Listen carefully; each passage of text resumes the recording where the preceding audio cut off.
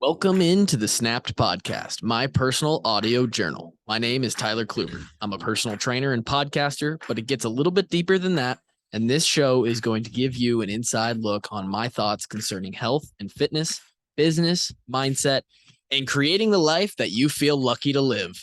I hope you enjoy the show. Sit back, relax, and let's have a day.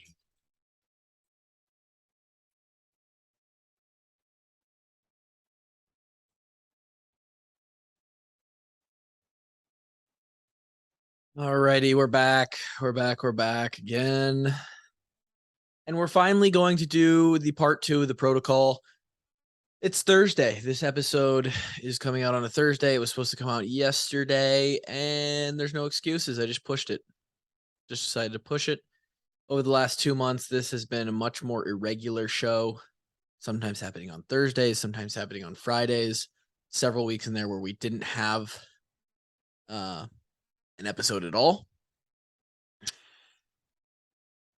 But this week we have an episode. So we're going to get into the exercise protocol today. We're probably just going to jump right into it. As you know, 2 weeks ago or so, we did the first part. You have not listened to that part of the series that this is going to be. It's probably a 3-part series, maybe 4. This is what Tyler Kluber is currently doing. Someone wants to take a microscope and look into my life, or if you were a fly on the wall, or a day in my life, what would that look like? A week in my life, as far as exercise, nutrition, and how I go about basically being a CrossFit athlete. So we went over the food and how I look at food and nutrition and diet. Part 2, exercise. When we start with exercise, again, it's similar to nutrition in the fact that we have to start with a big umbrella. And that umbrella for me is, what are my goals, right? That's probably where you're going to, you're going to start, and then you'll get a little bit more nuanced and detailed from there. For me, right now, August 2022, my goals are to be the best CrossFit athlete I could possibly be. It's pretty vague. That's pretty vague. But that is going to inform what my days look like, where we go from a week's worth of time, of structure, of how much we're working out, of how much we're resting, of how much time we're putting into certain types of working out, cardio, lifting, circuit training, aerobic output, skills, stuff like that. And for somebody else, this may look like, right, the goal could just be general health, right? For most people, the goal is going to be, I just want to be generally healthy and fit. There's no specified goal or competition that comes from it, like the CrossFit world. But for most people, there's a yawn. For most people, I would say probably through their 50s, maybe at 50, it just starts to change. But, anyone listening to this, if you're 20 to 50 years old, your goal is, I want to be fit. I don't want to be fat. I'd like to look as good as I could.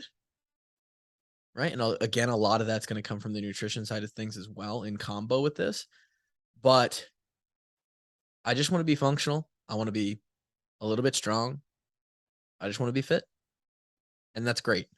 That is going to inform on how you can start to structure your sessions as well.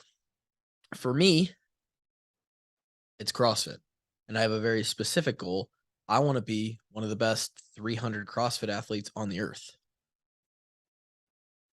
It's a big ask. It's a damn big ask. which is going to require big action. We'll call it big action. So how does that then go from, okay, big, vague goal of best CrossFit athlete you can be? What's the next step? Well, we need to probably break things down into a multi-week, sometimes multi-month phase outlook for me. And again, I'm not going to get too much into this. I don't want to worry about more of the month of the day-to-day and week-to-week kind of thing. But on an even bigger scale, in between main goal and those details, right now it's essentially the off season, right? We are farther out from my competition season, which is going to be February through May, hopefully. Meaning I can do some training that's going to be more focused on strength building. I can do a little bit less specific CrossFit work, like, oh, I'm doing a specific 3-round CrossFit workout. I can kind of break down. Oh my God. Love this. I can break down skills instead of doing them in workouts with other stuff. I can kind of just isolate them and work on them individually. Stuff like that. So, 2 to 3 months at a time, we'll go through a strength cycle. 2 to 3 months at a time, we'll go on certain cardio cycles. But generally, it's going to come down to this week time frame. Like, what does a week in my life look like? And the answer to that starts with this. I train 6 days a week.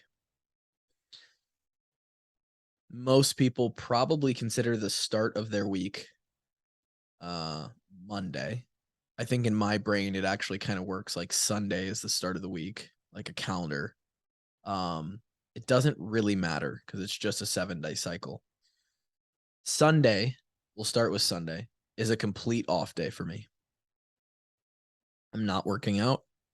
I'm not even, and this isn't necessarily always true because sometimes I do feel lethargic, right? When you work out as much as I do, you start to feel like I need to move. I need to get the blood going a little bit. The muscles need to be under some sort of tension and usage. My preferred and almost always satisfactory mode of exercise on a Sunday would be like a 30 to 60 minute walk in the sun, right? I'm a strong believer that a day should never go by where you don't do something, right? I don't believe in the fact of a true 100% off day. I don't believe that that's necessary. In the sense that, man, I work out 4 days a week. I go to the gym and do push pull, and I do 2 push days, 2 pull days, and then the other 3 days of the week I don't do anything. Like, all the way down to I don't do anything. No walk, no, not even a walk, right? No walk, no light bicycle, no yoga, no stretching, no nothing. On an off day, you do not do anything with your body. I do not believe in that. I actually think that forms of active recovery or intense stretching sessions, which you'll hear about mine here in a second, or at very minimum, you take the 7 days of the week and you rank them from most intense to least intense. My least intense day is still a 30-minute plus walk every once in a while on a Sunday. And I call that an off day. A lot of people would just call that their exercise, right? That's an on day for them. They're working out. They're going for a 30-minute walk. That is my off day. I occasionally, if I'm bored or I have time, will sneak in a 20-minute, very low intensity row or bike. We're not even touching a heart rate we wouldn't even get close to a zone 2 heart rate. Top end of zone 2, which would be like 70 to 80%. 100 and for a lot of people, 140 to 155 would be the top end of a zone 2. And you're still able to basically breathe through your nose and have a conversation and you're not really working too hard there. We're talking like 110, 120, something very, very light just to move the body and really get outside, get sunshine. That is Sunday for me. A rest day, complete off day. There is some stretching that goes on while I watch TV, right? If I'm sitting on the couch and we're watching TV, I'll sit there for an hour-long show, 45-minute show, and do some stretches. Otherwise, no exercise. No exercise. That's Sunday. Monday, Tuesday, Wednesday are all big training days. What I would call like a full training day. Thursday is an active recovery. So it's somewhere between Sunday and a full day. And then Friday and Saturday, again, full training days. What does that active recovery on Thursday look like? I think that's important because the idea here is how many days are you actually going hard and taking it out of you, and how many days are you basically considering like you're recouping, right? You look at those days as either pulling from your jar or adding to it, right? And you always want to kind of have an even balance across those 7-day span. I would say that Monday,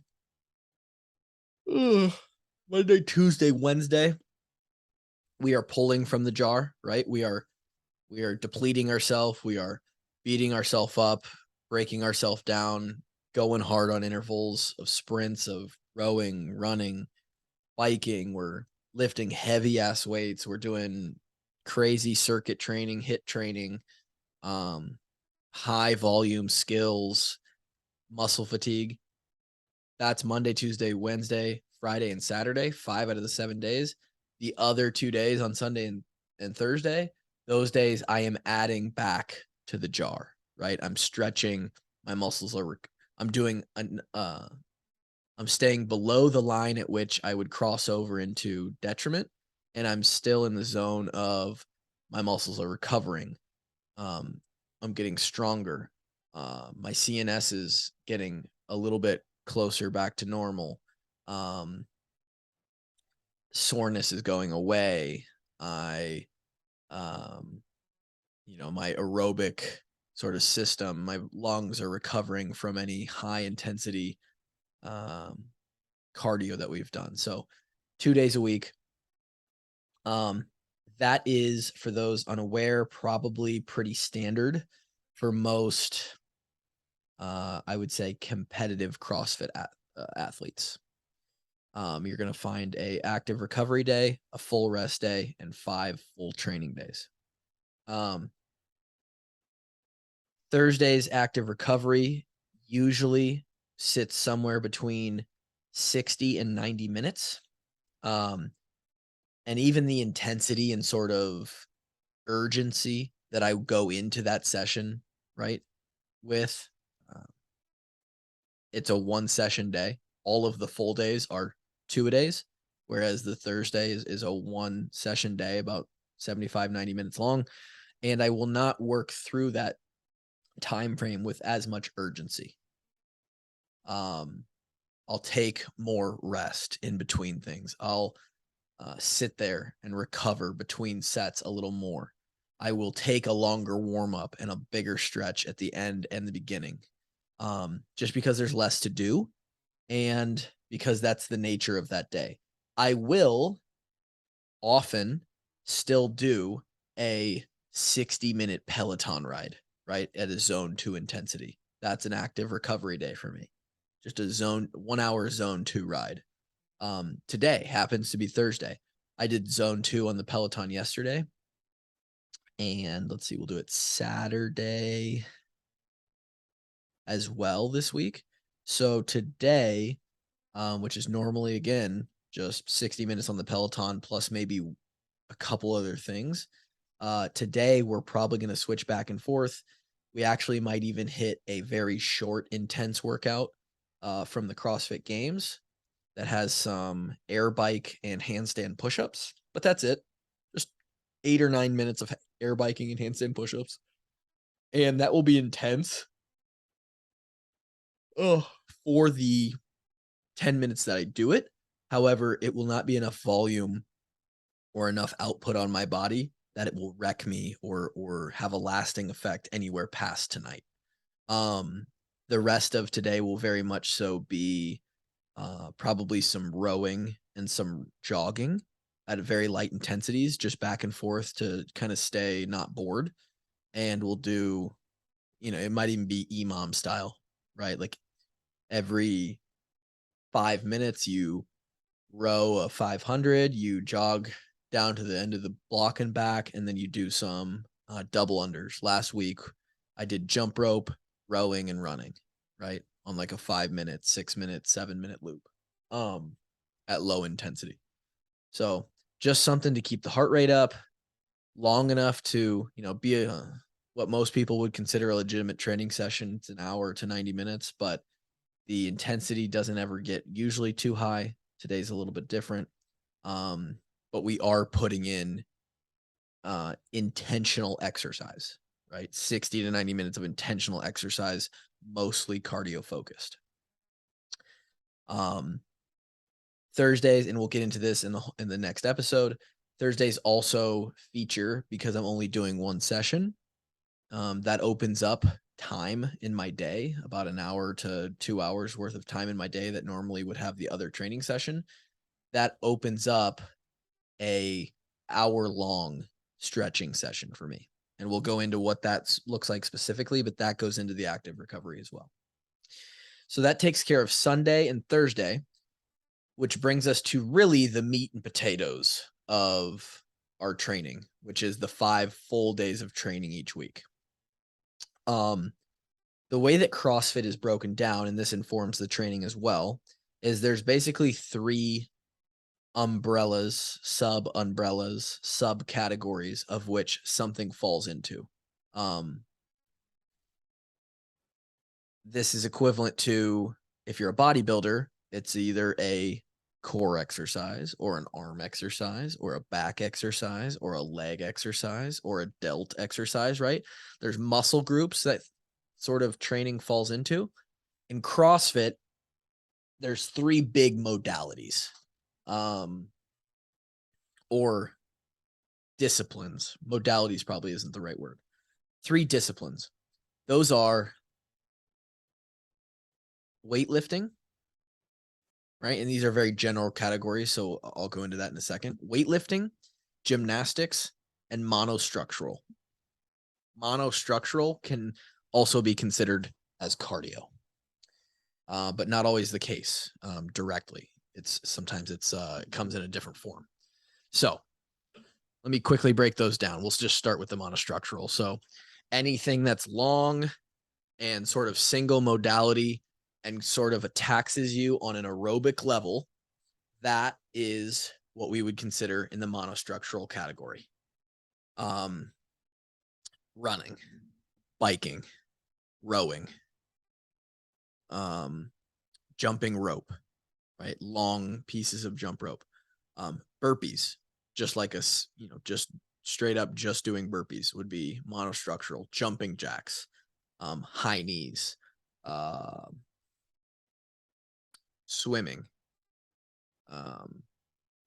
It would never show up in CrossFit, but like the elliptical or a treadmill, or a stair climber, or any cardio machine, a Peloton, a bike erg, a ski erg, monostructural, right? Mostly cardio based. Rucking, right? Hiking, stuff like that. Usually longer, not the most intense, right? More zone 2 intensity, but that stuff can get pretty intense as well. There is a interval sprint facet to all those, which we'll get into. But that's monostructural. Then you have your weightlifting, which is essentially you moving external objects, using muscular strength to use to move external objects. This is going to have everything from squats, all of your traditional lifts, right? Squats, deadlifts, bench press, overhead press, jerks, clean and jerk, snatches, Olympic lifting, um, picking up sandbags, pushing sleds, uh, anything, dumbbells, kettlebells, all of that, right? That's all weightlifting. Moving external objects with your body, right? Your ability to move an external object. And then the final one, the third one, is considered gymnastics, or the ability to move your own body through space, right? Gymnastics, move your own body through space. Weightlifting, move something else, an external object, through space. Gymnastics are ring muscle ups, pull ups, kipping pull ups, butterfly pull ups, chest to bar pull ups, bar muscle ups, toes to bar,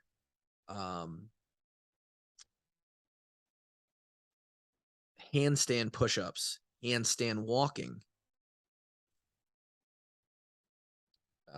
burpees. Similarly, could be sort of placed in this category as well, right? Any body weight movements is sort of a mix between the three of them, because you're moving your body, you're kind of moving a load, but you're also just doing a single thing. So those are sort of hard to classify. Um, I think technically box jumps are considered gymnastics in the CrossFit space. It kind of just is a way to classify all of the stuff that they do into three spaces. And so ideally, you want to be equally as good at everything in CrossFit.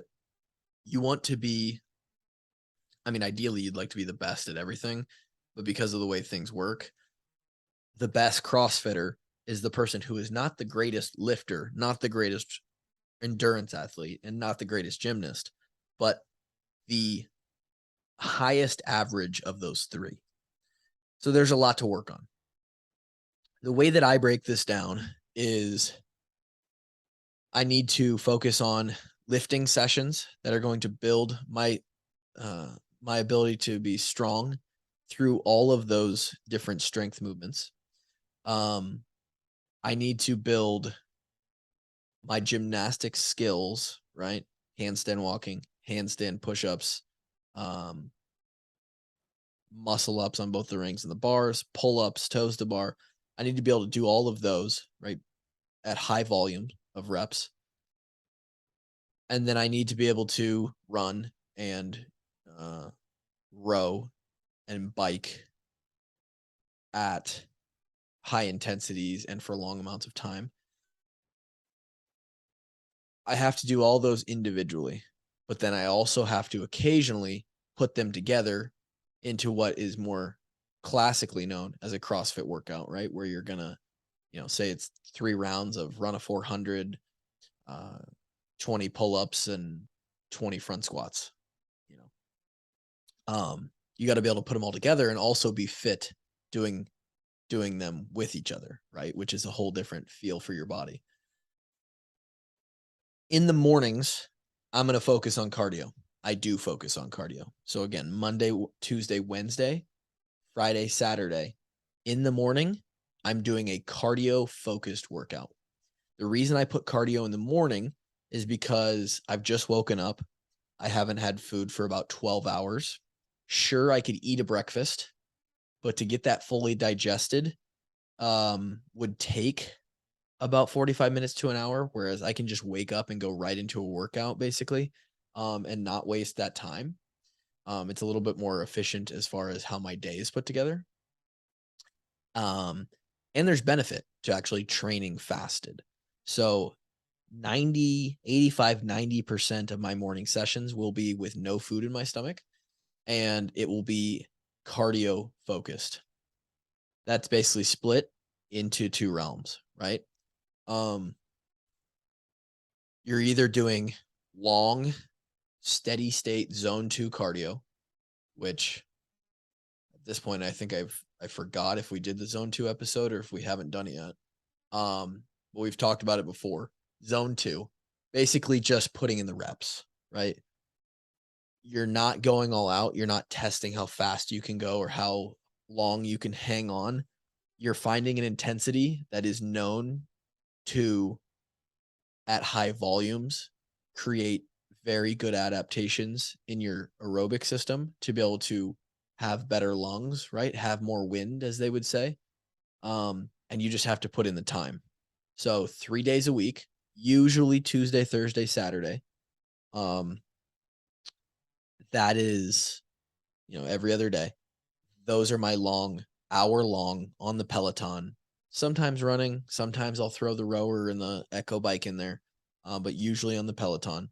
And I'm just doing a steady state pedal ride for an hour. It's boring. That's the morning session. Occasionally after that Peloton ride, I'll get off and I'll do 10 to 15 to 20 minutes of skill work or accessory lifting in the morning to finish out the morning session. So sometimes that can extend out to 90 minutes. But it's mostly used for that cardio, Tuesday, Thursday, Saturday. The opposite days in between those are for higher intensity cardio, what we would call bitch work. And it's the reason we call that is mostly because of the programming I follow. It's what they have deemed the intervals and sort of cardio based interval work. But it's called bitch work because the work is a bitch. You got to sit down and you got to row 10 by 500 meters with 1 minute in between. You got to go out to the track and you got to run 8 by 400 or 5 by 1 mile repeats, or you got to get on the Echo bike and you got to row, you got to pump out 20 calories every 3 minutes for 7 rounds or 10 rounds or whatever it may be. These are interval based workouts that are using short bursts of very, very high intensity output to test how hard you can go, and then always having a defined rest period to see how quickly you can recover until you have to go again. And then can you repeat how hard you just went, right? The idea being that you want to, you can measure these outputs with most easily, right? If you're on the track, your output is basically how fast did you go. If you go and run 5 by 1 mile repeats with 3 minutes rest in between, and you start and the first day you do it, it's, you're able to hold like an 8.5 or 9 minute mile on average for those 5 intervals. The goal would be, if you keep doing those interval sessions, that eventually you're able to do that same workout, but your mile times can come down to 8 minutes or 7.5 minutes or you get better. So the other days, Monday, Wednesday, Friday, is higher intensity interval based cardio in the morning. That will not last as long just because of the nature of it, right? So you don't need as much time. Again, you're working literally 30-second, 1 minute, 2 minute intervals, right? At the high end, you might be doing like 1K row repeats, or again, that mile workout where you might be going for 8 minutes at a time. But it's rarely longer than 8 or 10 minutes. And then you're taking a rest period and you're going again. So these usually last somewhere between 30 and 45 minutes, maybe up to 50 minutes or an hour. And then on these days, 100%, I will be doing some sort of extra stuff in the morning, right? We're doing accessory lifts, barbell rows, some lunges, some pull-ups, strict pull-ups, some bicep curls, some overhead dumbbell press, more traditional like 3x10, 4x10 of stuff, right? And then other stuff like we do a 10-minute EMOM of how many bar muscle ups can you do on a minute, right? 3 bar muscle ups every minute on the minute, 4 bar muscle ups, and you just try and build that volume. Those are my morning sessions. Monday, Tuesday, Wednesday, Friday, Saturday. Thursday, that active recovery zone 2 session usually happens in the afternoon.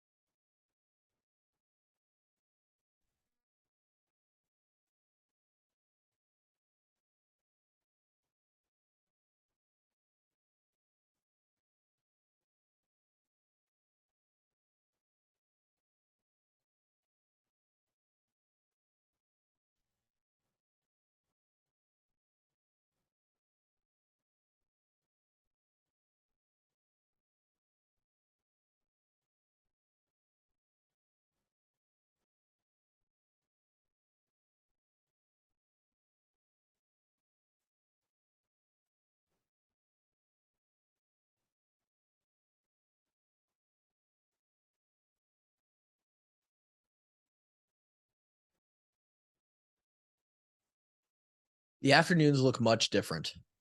Um, most of the dedicated cardio work is now done, and Thursday is now accounted for. So now we're just on those 5 full days, and now back to the cardio in the morning. You don't necessarily need as much fuel for those cardio workouts, right? It does help for some of those interval workouts, but I've done some pretty nasty bike sprints, row sprints, running sprints on no food, and you don't, uh, at least if you're a trained individual, you don't find yourself yearning for, oh man, I really need to fuel myself up for those as much. Even doing some cardio where you're taking your lungs and your breathing to a very, very depleted level. It's not always a bad thing if your stomach is empty, because that can, you know, we've all been there when you've eaten too much and then gone and ran, and you next thing you know, you're just throwing up everywhere. So the afternoon's a different story, right? We're gonna start lifting weights, and we're gonna do some high output interval training that's going to include external load. When you are doing stuff in that weightlifting category, it is very, very good idea, a very good idea to have food in your body. You want your muscle stores filled with the glycogen that comes from uh, food.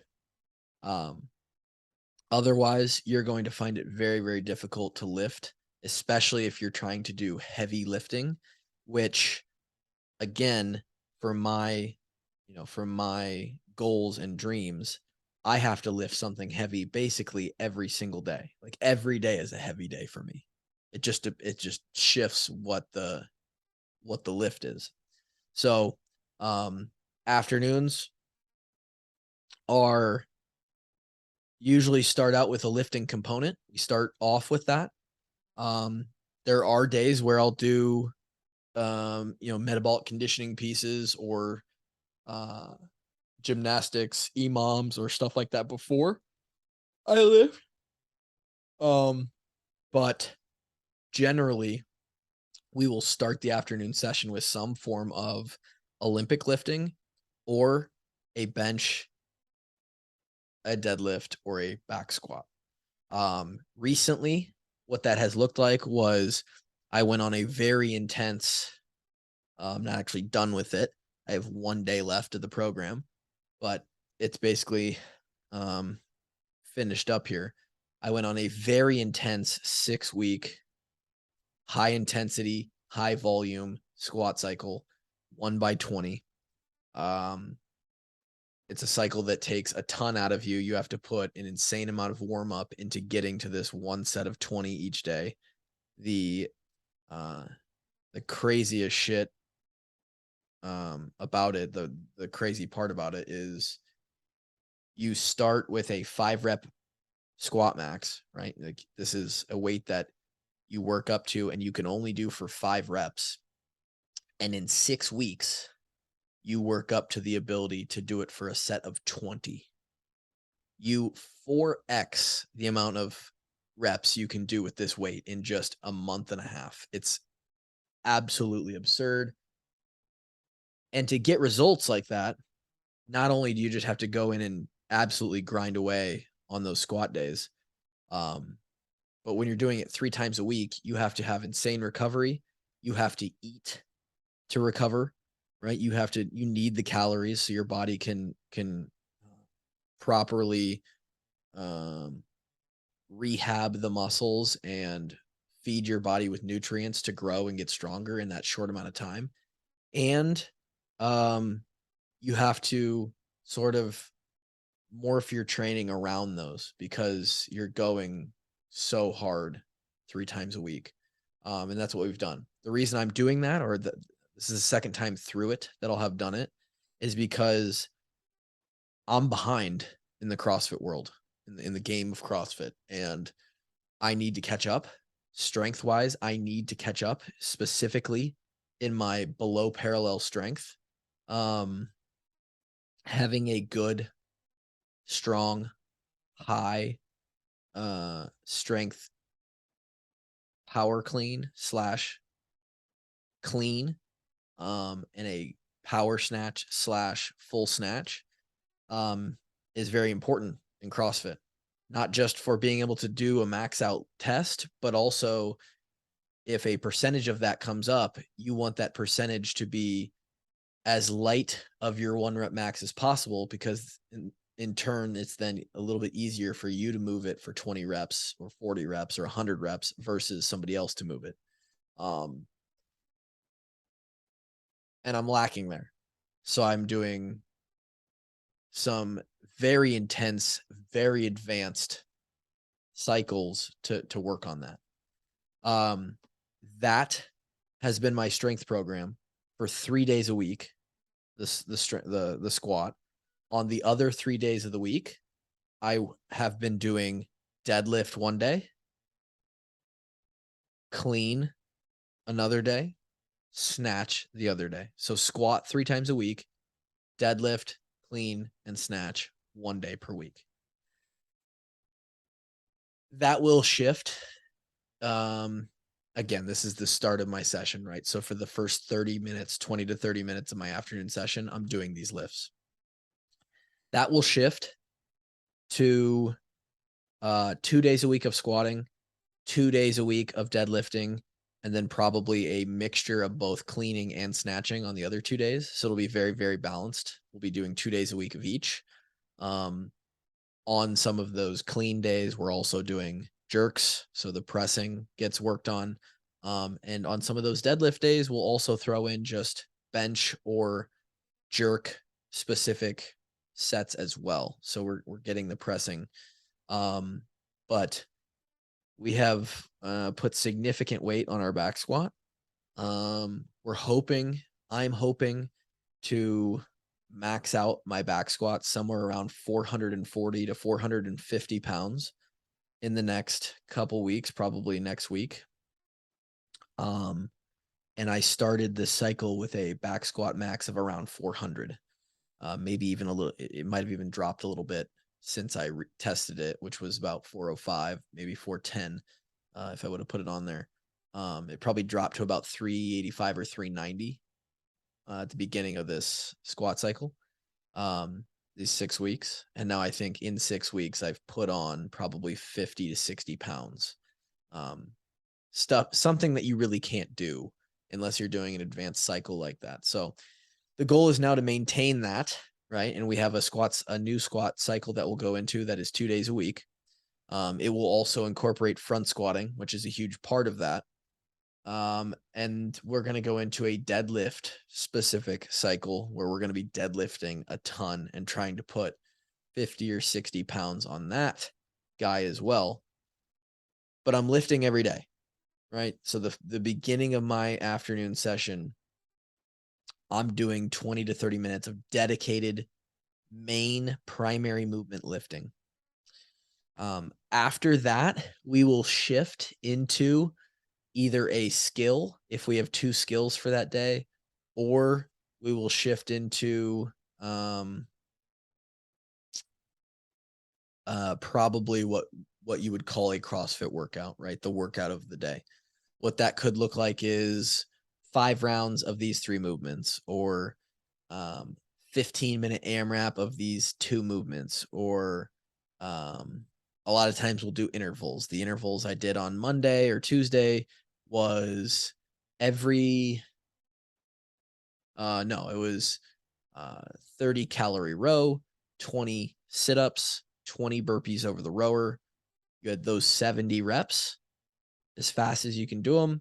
Rest 3 minutes, do 5 sets of that, right? Some kind of workout like that. We will put that right after the lifting, and then at the end of the afternoon session, we will put the skills work and accessory lifting pieces, stuff that doesn't need as much juice, right? At this point, we're tired. We've already taken a lot of juice out of our legs or our arms, depending on what we did lifting wise.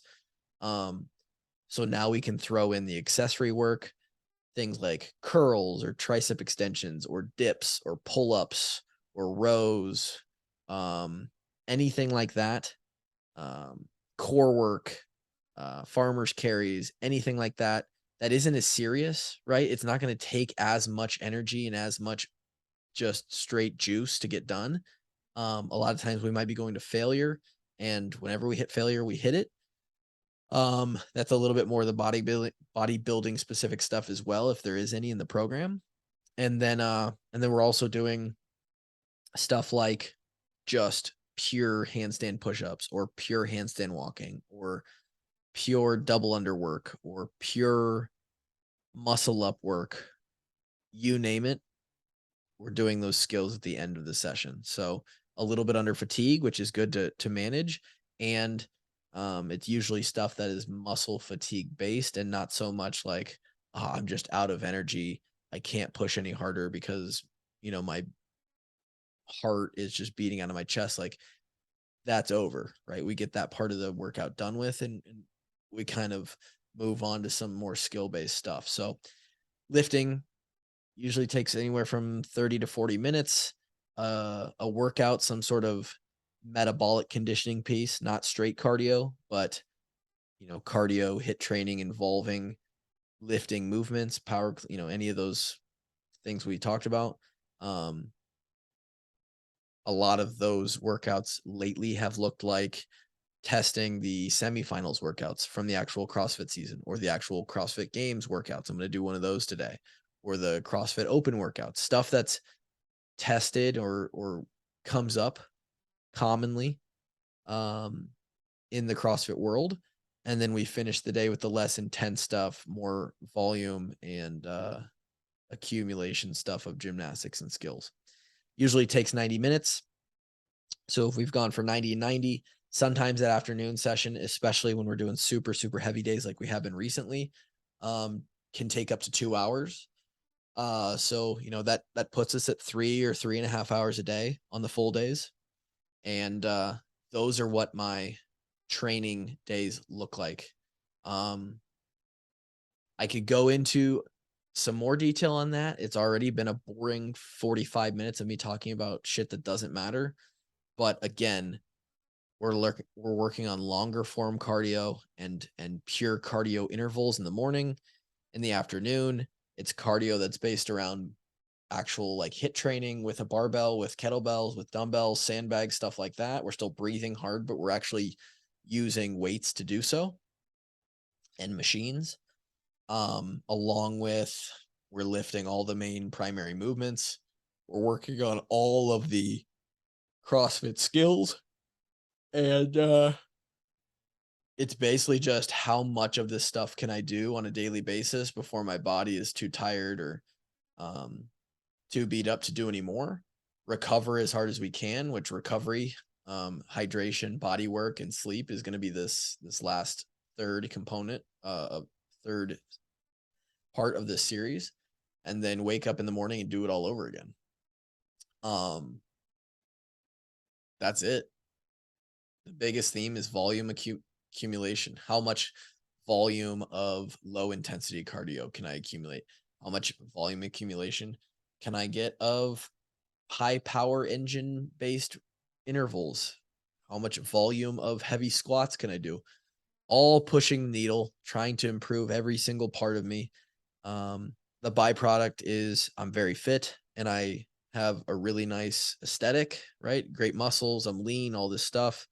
The problem is the one thing that I want, which is my body to be able to go faster and be fitter, is always never enough. It's never good enough. So, constant pursuit, and that is what my training looks like on a weekly to daily basis. Hopefully, you guys got something out of that. If you have any questions specifically about, again, I didn't get into what is the next squat cycle going to look like? Is it going to be 5 by 10, 5-3-1? Like I didn't get into that kind of thing. But what kind of intervals do you do? If you want to know those questions, as always, hit me up. Otherwise, hope you enjoyed the episode, and we'll talk next week about recovery, sleep, and hydration. Till then, peace.